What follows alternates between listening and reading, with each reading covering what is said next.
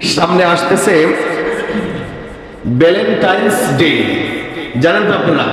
Valentine's day মানে কি? ভালোবাসা দিবস। ভালোবাসা দিবস এই যুবক যুবতীদের ঈমান হরণ করার দিবস। কথা বলেন ঠিক না ঠিক? এই দিনে যুবক যুবতীদের ঈমানকে হরণ করবে শয়তান। যাদের ঘরে সন্তান আছে, ছেলে আছে, মেয়ে আছে, তাদেরকে যদি আমরা কন্ট্রোল না করি, এই পরিবেশ কিন্তু ঠিক থাকবে না, পরিবেশ নষ্ট হয়ে যাবে। কথা বলেন ঠিক না ঠিক? ভালোবাসা দিবস, ভালোবাসা কার জন্য হবে? ভালোবাসা হবে একমাত্র আল্লাহর জন্য। আল্লাহর জন্য ভালোবাসা হবে। বিয়ে শাদীর কোনো সম্পর্ক নেই। রাস্তা দিয়ে হাঁটতে হাঁটতে আমি আমার মেয়েকে ছেড়ে দিলাম, তার মুখে কোনো কাপড় নেই, নেকাব নেই, পর্দা নেই, সে তার মতো স্বাধীনভাবে রাস্তা দিয়ে চলে। রাস্তা দিয়ে যুবক যাচ্ছে, যুবকের চোখ পড়ে গেছে আমার কন্যার দিকে।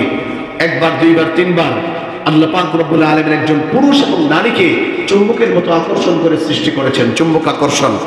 তাহলে এই যে যুবকটা আমার এই কন্যার দিকে তাকাইল, এই জন্য দায়ীকে যুবক না আমি, এর জন্য কিন্তু আমি দায়ী। আমার এই কন্যার দিকে একবার, দুইবার, তিনবার তাকানোর পর যখন তার শয়তান তো মাঝখানে আসেই, পীর সাহেব হুজুর আছে না, শায়েখ আছে, তো সে মাঝখান থেকে দুইজনের সাথে সম্পর্ক গড়ার জন্য প্রথমে কথা বলা, প্রথমে তাকে একটা অফার করা। ঠিক আছে, অফার করলো, কথা বললো, কথা বলা শুরু করে দিল। তারপর এখান থেকে হলো কি বয়ফ্রেন্ড আর কি গার্লফ্রেন্ড, বয়ফ্রেন্ড আর গার্লফ্রেন্ড হয়ে গেল। এরপরে 3 নাম্বার কাজ কি? 3 নাম্বার কাজ এদের সাথে দুইজনের সাথে কথা বলা। মোবাইল চালু করে দিচ্ছে, এর নাম্বার সে নিল, তার নাম্বার সে নিল, কি করলো? কথা বলা জারি হয়ে গেছে। এবার 2 দিন পর পর ডেট করো। আজকে অমুক বাগানে ঘুরতে যাব, আজকে অমুক মোড়ে ঘুরতে যাব, অমুক পার্কে যাব, অমুক রেস্টুরেন্টে যাব। হয় কি হয় না? কথা বলেন। পার্কে যাব, ওই পার্কে কি হয় কি? তারা কি দুইজন বিয়ে করেছে? বিয়ে করেছে। এদের দুইজনের তো বিবাহ সাথীর কোনো সম্পর্ক এখন হয় নাই। যা কিছু হইতেছে সব কিছু চিনা, সব চিনা হইতেছে, সব চিনা। এর জন্য দায়ী কে? যার সন্তান সেই কিন্তু দায়ী, যার সন্তান সেই কিন্তু দায়ী। তারপর দুইজনের কথোপকথন এক পর্বে যে সামনে যে দিবস আসতেছে, সামনে যে দিনটা আসতেছে, সেই দিনে বিভিন্ন জায়গায় ঘুরতে যায়। সারাদিন ঘোরাঘুরির পর রাতের বেলায় কোথায় থাকে আমার সন্তান, আমার ছেলে কোথায়, আমার মেয়ে কোথায়, কোনো খবর নেই। আছে আছে কোনো খবর নেই। তারপর এরপরের যে কার্যক্রম, 2 দিন পরে দেখা যায় মেয়ের বিয়ে হয় নাই, পেটে বাচ্চা চলে আসছে। এমন ঘটনা এই দেশে হয় কি হয় না? স্বামী নাই, বিয়ে হয় নাই, পেটে বাচ্চা চলে আসছে। এখন মেয়ে ছেলেকে বলতেছে দ্রুত তুমি আমাকে বিয়ে করো, না হলে এলাকার মধ্যে তো আমি মুখ দেখাতে পারবো না, এই সমাজে আমি মুখ দেখাতে পারবো না। যদি বিয়ের কথা বলি বা বিয়ে হয়ে যায় তাহলে সমস্যা নেই, আমরা আমি বিয়ে করে নিয়েছি, পেটে সন্তান। এখন ছেলে বলতেছে আমি তোমাকে চিনি না। এখন ছেলে তাকে কি করলো? ছেঁকা দিয়ে বাঁকা হয়ে একদম বিদায়। আর এই ছেলের কোনো খোঁজ খবর নেই। এই সমাজে কি এরকম হয় কি হয় না? হয় কি হয় না?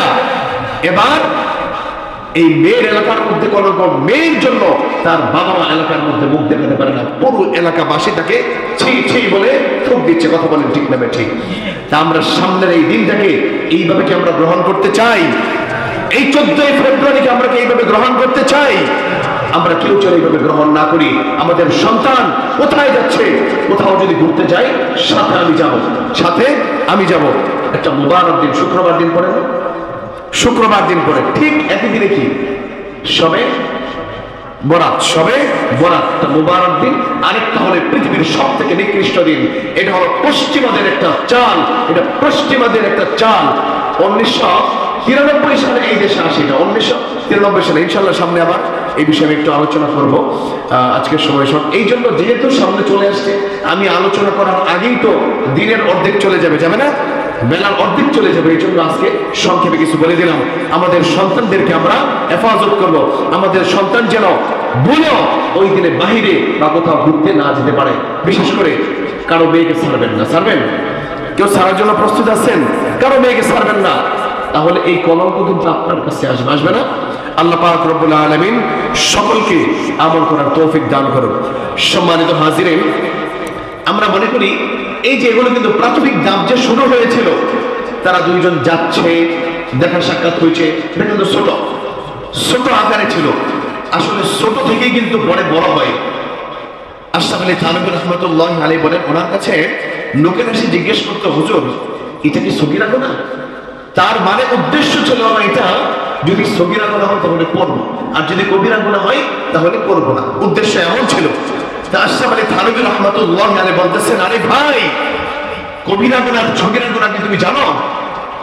সগীরা গুনাহ হলো আগুনের ছোট একটা কয়লা, আগুনের ছোট্ট একটা স্ফুলিঙ্গ, এটা কি তোমার পাত্রের ভিতরে অথবা তোমার খাটের উপর অথবা ড্রয়ারের ভিতরে রাখা সম্ভব? মনে করেন আপনার রুমের মধ্যে দরজার মধ্যে ভিতর দিয়ে তালা লাগায়া পাঁচতলার মধ্যে আপনি আসেন, চাবিটা নিচতলায় ফেলে দিয়েছেন, এবার খাটের উপর আপনি একটা ছোট্ট করে আগুন রেখে দিয়েছেন। এখন আপনার কাছে পানির কোনো ব্যবস্থা নাই, বিকল্প কোনো ব্যবস্থা নাই, এইভাবে কি সম্ভব কেউ থাকতে পারবে ওই রুমে? আগুন কিন্তু ছোট্ট ছিল, বড় কোনো আগুন ছিল না। তো ছোট্ট গুনাহ কিন্তু ছোট মনে করলে চলবে না, ছোটটাই কিন্তু কি হয়, বড় হয়ে যায়। এই জন্য ছোট গুনাহকে আমরা ছোট মনে করব না।